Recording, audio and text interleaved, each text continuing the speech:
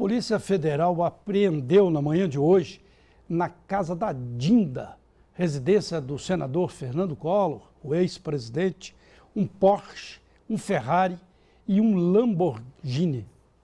A ação integra a Operação Politeia, que cumpriu 53 mandados de busca e apreensão, envolvendo pelo menos 3 senadores, um deputado federal, além do ex-ministro das Cidades, Mário Negromonte, e o ex-deputado federal, João Pisolati.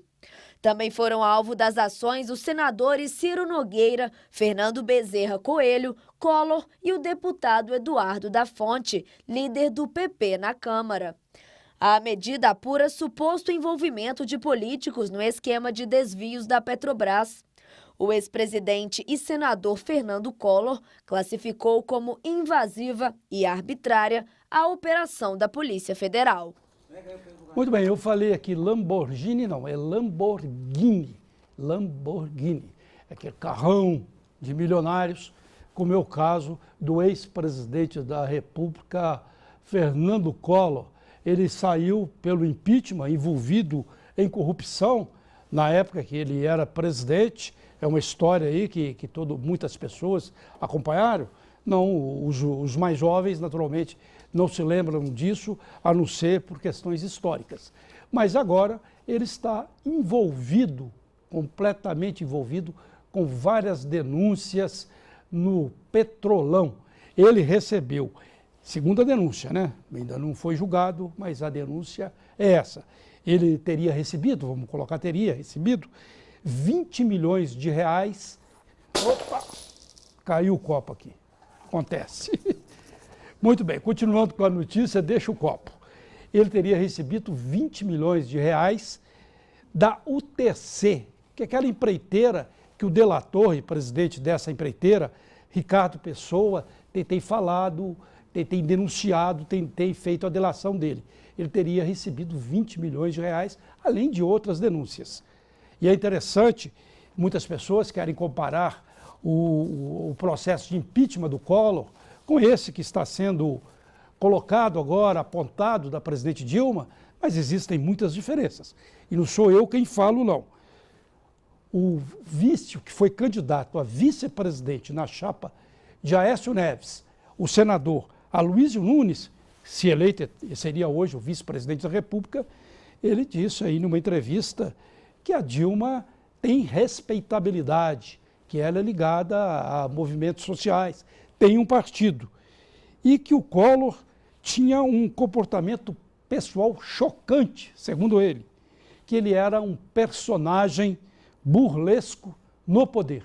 Quer dizer, o que foi vice de Aécio colocou uma diferença entre Dilma e Collor de Mello. E vamos continuar.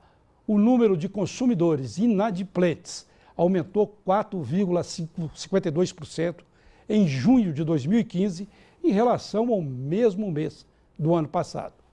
Segundo dados da Confederação Nacional de Dirigentes Lojistas e do SPC Brasil, a alta foi menor do que a registrada em maio, de 4,79%. Em abril, o número de consumidores com contas em atraso havia subido 5,02% nessa mesma base de comparação. Com o resultado do mês passado, a inadimplência acumulada nos primeiros 6 meses do ano está em 4,60%. A Confederação afirma que as consecutivas altas da inadimplência no segundo trimestre deste ano coincidem com a piora da inflação, renda e desemprego, que estariam afetando a capacidade de pagamento das famílias.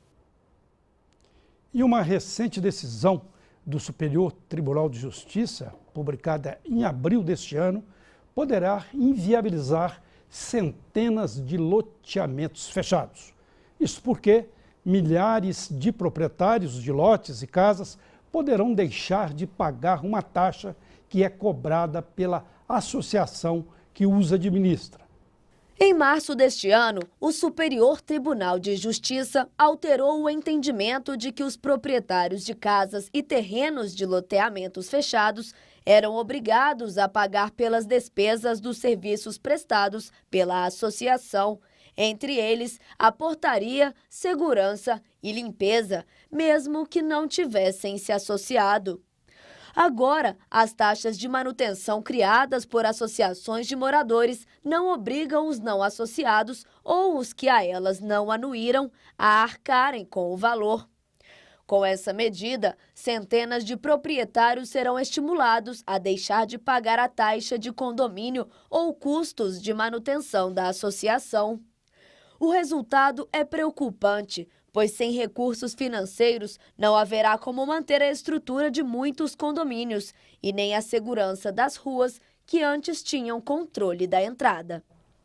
O Redação recebe Quênio de Souza Pereira, presidente da Comissão de Direito Imobiliário da OAB, Ordem dos Advogados do Brasil, seção de Minas Gerais, para falar sobre o assunto. Boa noite, Quênio. Tudo bem? Tudo bem. Olha, essa decisão aí do Superior Tribunal de Justiça vai dar uma polêmica muito grande. Eu queria que você destrinchasse isso para a gente.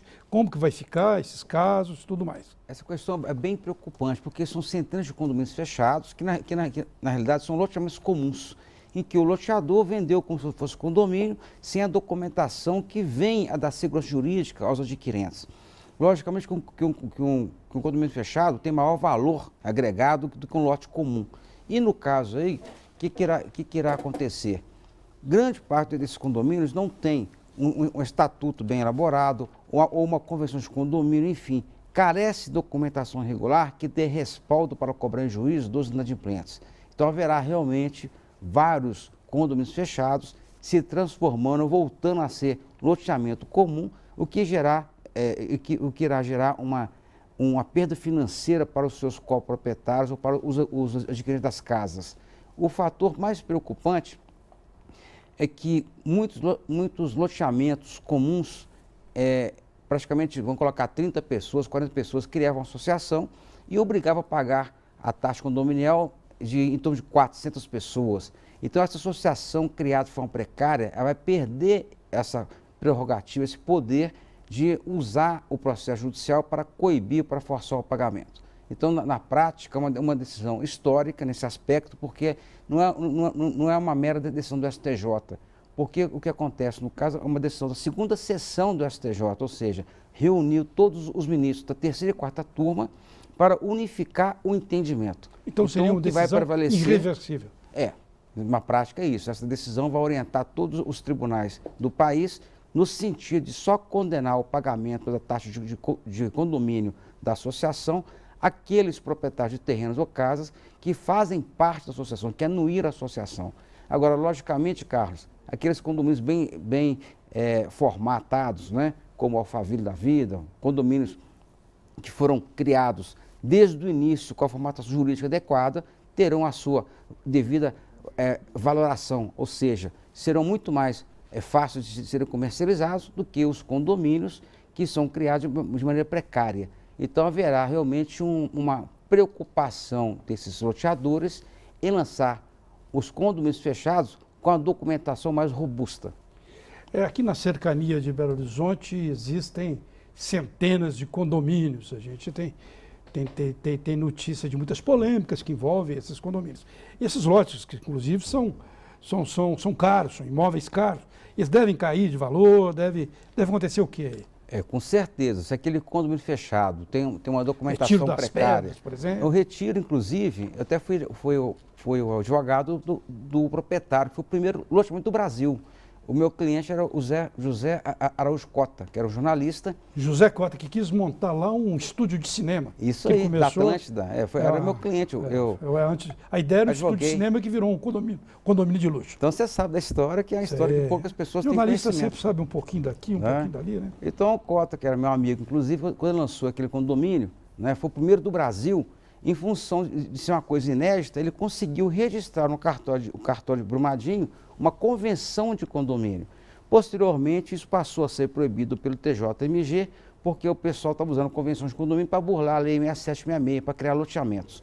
Então, o que aconteceu é o seguinte: hoje, os condomínios mais recentes não têm convenção de condomínio, porque não tem área comum. A rua não é área comum. O que acontece na prática, o pessoal criou o Estatuto de Associação para possibilitar a cobrança. No caso concreto, O condomínio que é bem formatado vai continuar. Agora, aquele que foi criado de forma precária vai realmente ter grande dificuldade em receber as cotas de condomínio em juízo. Kênio, mais uma vez a gente agradece a sua presença aqui com informações e conhecimentos preciosos. Muito obrigado, boa noite. Boa noite. O Redação vai para um breve intervalo e volta já.